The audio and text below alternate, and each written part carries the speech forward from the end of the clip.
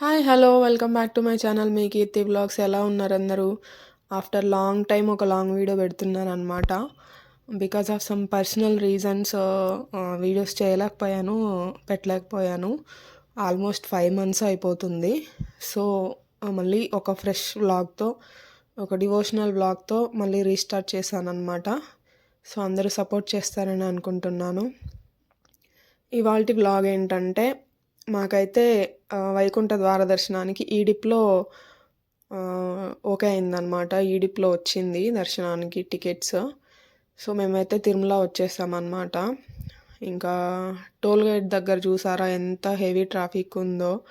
Actually మాకు 11:30కి ఇచ్చారనమాట slot. కానీ మార్నింగ్ హడావిడి రెడీ అవ్వడం లేట్ అయిపోయింది. సో, ఇక్కడ గంటన్నర పట్టిందనమాట ట్రాఫిక్‌లో. కార్లు ఎంత లైన్ ఉందో చూసారా?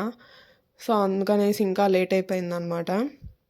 అక్కడే గంటన్నర పట్టింది. ఇంకా అయిపోయాక బయలుదేరేసాము. ఇంక పైనకెళ్ళాక ఒక 12:30కి వెళ్ళిపోయామన్నమాట పైకి. మొదలు డెకరేషన్ స్టార్ట్ అయిపోయిందనమాట. చూసారా? స్టార్టింగ్ నుంచే మొత్తం పూలు అన్నీ పెట్టేసి ఫుల్‌గా డెకరేషన్ చేశారు. ఎంత బాగుందో అసలు. ఎంట్రన్స్‌లోనే మనకి విష్ణుమూర్తి అట్లాగా అలంకరణ చేసి ఒక సర్కిల్ ఉంటుంది కదా, అక్కడ డెకరేషన్ చేశారనమాట. చాలా బాగుంది.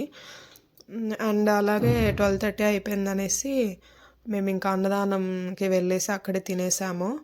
అది ఒక ఎత్తు అయితే అన్నదానం దగ్గర ఒక అరగంట పట్టుంటుంది. నెక్స్ట్ వరాహస్వామి దగ్గర అయితే ఎంత క్యూ ఉందో. అక్కడ కూడా మాకు ఆల్మోస్ట్ 1.5 అవర్ పట్టిందండి.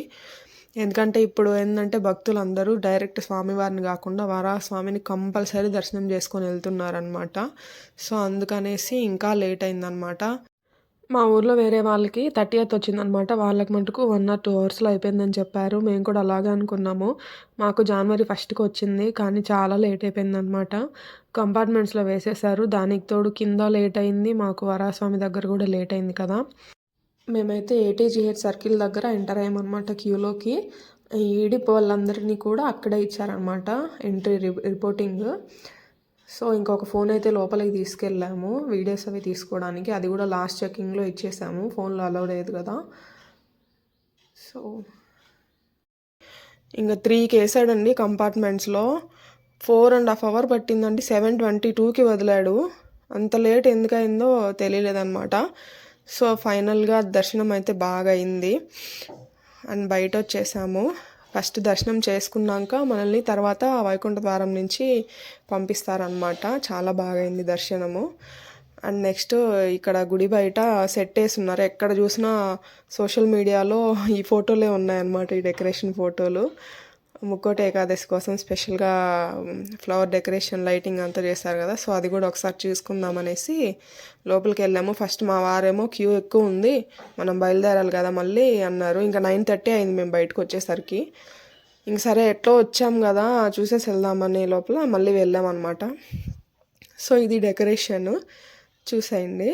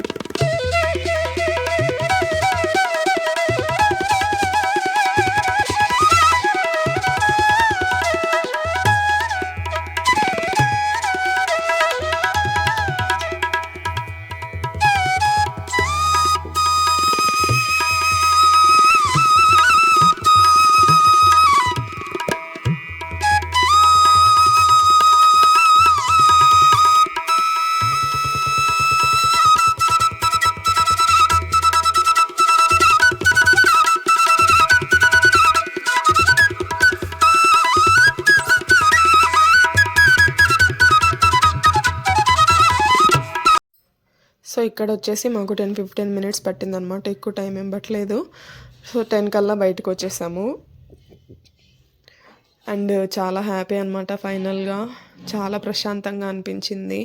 ఎందుకంటే వైకుంఠ ద్వార దర్శనం అనేది అందరికీ దొరికే అవకాశం కాదు. మాకు ఈడిప్లో లక్కీగా దొరికిందంటే స్వామివారి దయ మా మీద ఎంతో కొంత ఉందనే అనుకుంటున్నాము. సో చాలా హ్యాపీ. టీటీడీ వాళ్ళైతే ఇది నార్మల్ పీపుల్కి చాలా మంచిగా అరేంజ్ చేశారనమాట ఈసారి. సో ఇదండి ఇవాల్టి వ్లాగ్. ఈ వీడియో మీకు నచ్చినట్లయితే please do like, share and subscribe my channel and support me. చాలా డేస్ తర్వాత స్టార్ట్ చేశాను, ప్లీజ్ సపోర్ట్ మీ అండి. So okay, bye bye, see you in the next video.